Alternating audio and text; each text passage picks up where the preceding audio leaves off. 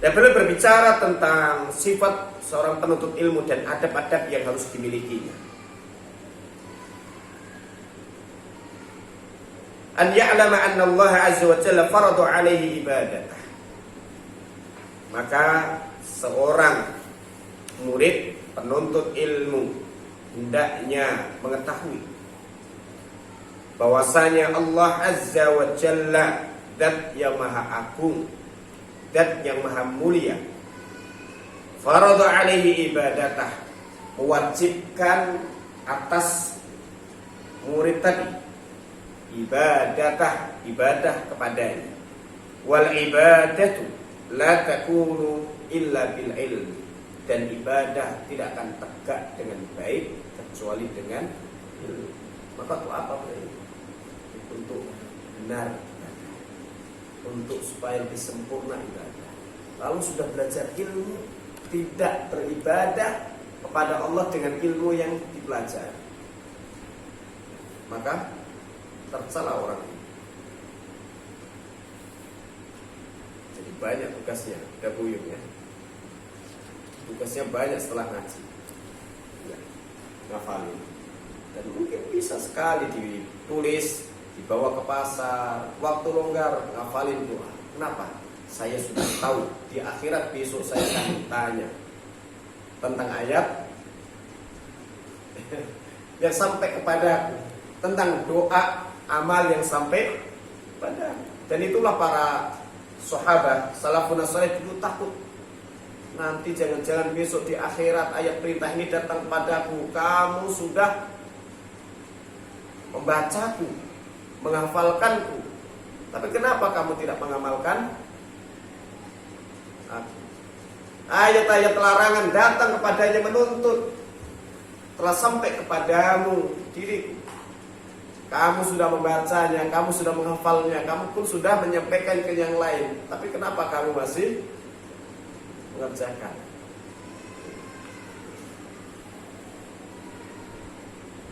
Jadi enak ngaji atau tidak Pak Sari? Enggak, ngaji itu berat. Ngaji lebih berat juga. Ngaji lah lebih berat. Berat lagi. Dan ibadah tidak akan bisa tegak dengan baik kecuali dengan ilmu. Maka untuk apa kita ngaji? Jawaban Pak Sari. Ya untuk menyempurnakan ibadah kita kepada Allah. Kenapa saya harus ngaji? Supaya ibadah lebih sempurna. Maka ada muraduhu fi sa'i fi talabil ilm. Maka hendaknya ini yang menjadi maksudnya, menjadi kehendaknya, menjadi tujuannya dalam kerja kerasnya menuntut ilmu. Untuk ini. Maka kalau bukan karena amal, nggak perlu repot-repot ngaji. Yang aneh orang sudah ngaji tidak beramal. Mu'taqidan lil ikhlas fi sa'ihi, benar-benar meyakini untuk ikhlas dalam usahanya itu. La yara li nafsihi al-fadla fi sa'ihi, dan tidak pernah melihat pada dirinya yang untuk ilmu ya, kelebihan-kelebihan, keistimewaan. Oh, saya ini penuntut ilmu istimewa. Bukan? Enggak begitu. Karena belum berbicara tentang ikhlas. Ya. Jadi data orang ikhlas adalah dia tidak melihat bahwa pada dirinya itu ada keistimewaan karena kerja kerasnya. Bal yara lillahi azza wa jalla al-fadla alaih. Tetapi yang dia lihat adalah ini karunia dari Allah Subhanahu wa taala, yang pantas dipuji itu Allah. Bukan aku. Bukan aku. Allah yang mengajarkan ilmu pada kita. Bukan karena kesungguhanku, kepintaranku, aku jadi tahu. Bukan. Allah yang mengajarkan. Iqra bismi rabbikal ladzi khalaq. Khalaqal insana min 'alaq. Iqra wa rabbukal akram. Alladzi 'allama bil qalam. 'Allamal insana ma lam ya'lam. Tapi sudah punya pikiran dari rumah, Jadi kita awali ngaji kita itu dengan membaca satu surat yang kita pilih. Surat itu nanti ada kaitan dengan tema yang kita kaji, supaya kita mendapatkan keberkahan dari tilawatul Quran, dan sekaligus memotivasi kita untuk sedikit demi sedikit ada pembenahan di tilawah. Tapi jam 8 kita nggak punya waktu lebih ya, karena akhirnya kalau sudah jam 9 itu sudah berat matanya kan? Nggak bisa begadang lama-lama. Tapi barakallahu fikum. Ya ini Masya Allah luar biasa. Inilah ikhlas. Jadi bukan kita yang hebat, Allah Ta'ala itu yang Masya Allah baik kepada saya. Jadi bukan dia mengatakan aku ini pintar, ini ilmu yang telah Allah ajarkan. Maka orang tanya dilatih. Dan itu yang kami berusaha untuk hadir. Allah sudah kasih yang sedikit ini. Saya bukan orang yang hebat sekali, tapi Allah beri kesempatan saya nulis di Fuad Islam, kesempatan nomor saya nangkring di Fuad Islam, kesempatan orang bertanya hal-hal yang alhamdulillah selama ini pertanyaannya nggak terlalu berat-berat Pak. Saya bacakan pertanyaan yang ketawa yang tadi di antara saya tulis. Pertanyaannya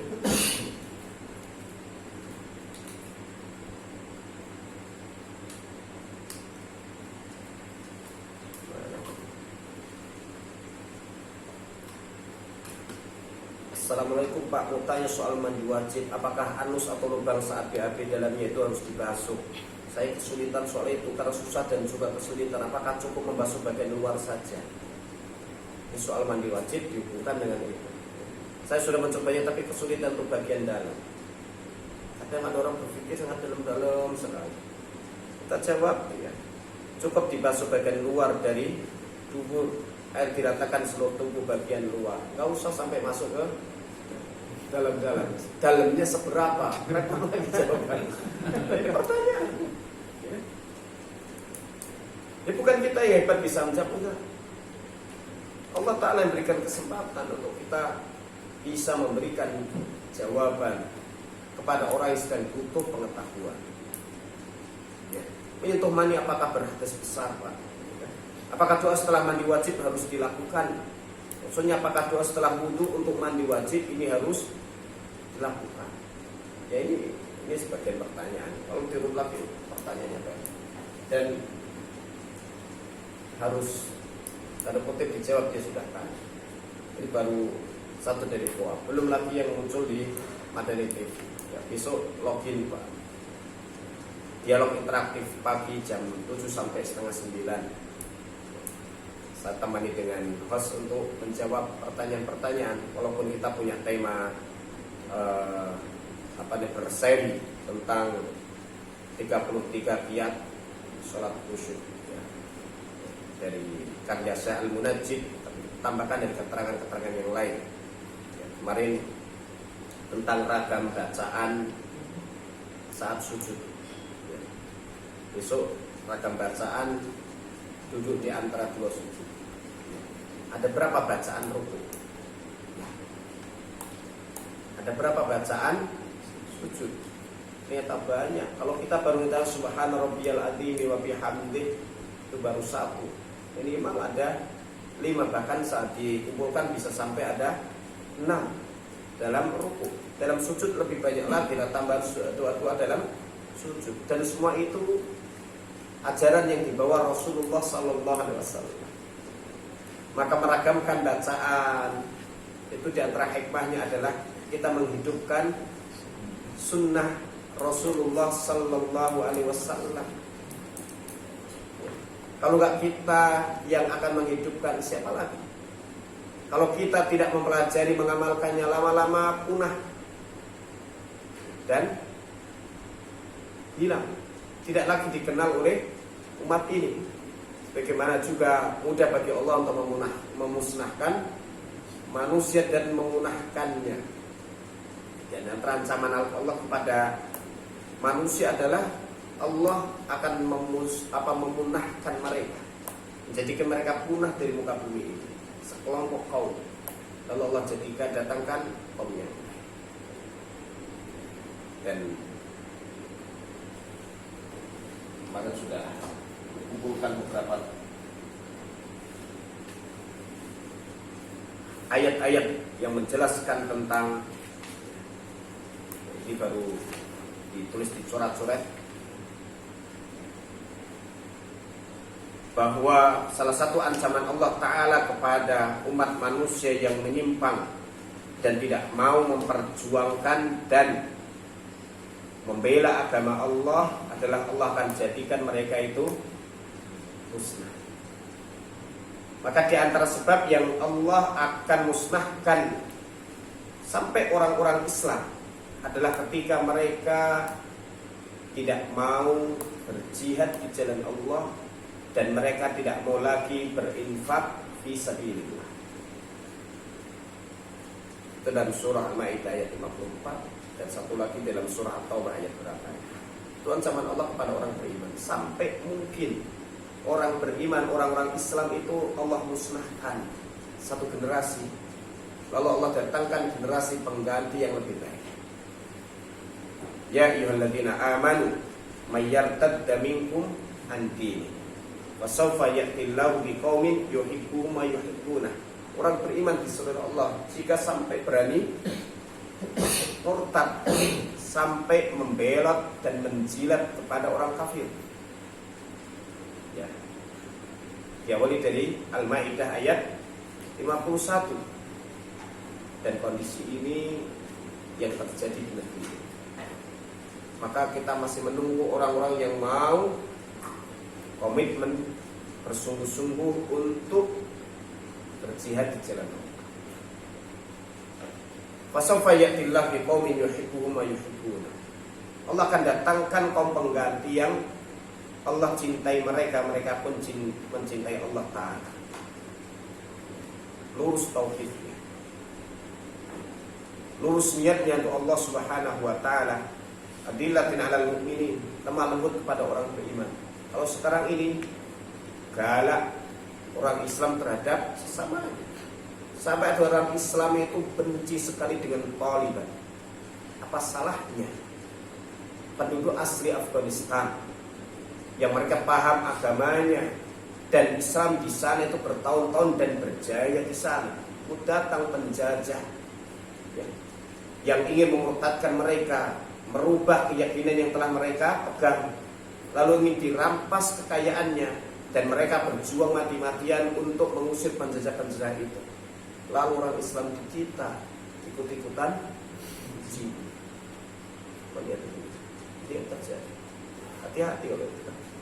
Nah, orang seperti ini yang layak nanti dimusnahkan oleh Allah Ta'ala.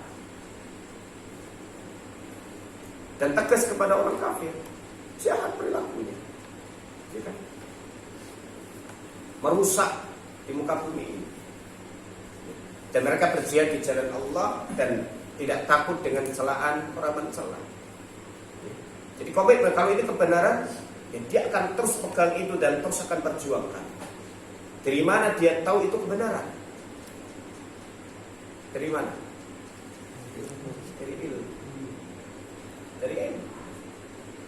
Maka wa'tasimu bihablillah, berpegang teguhlah kamu dengan tali Allah, itu karena dia paham dengan apa yang Allah turunkan. Kalau nggak paham, dia akan melepaskannya. Ya, supaya menggunakan ibadahnya kepada Allah Subhanahu wa Ta'ala. Barakallahu fikum.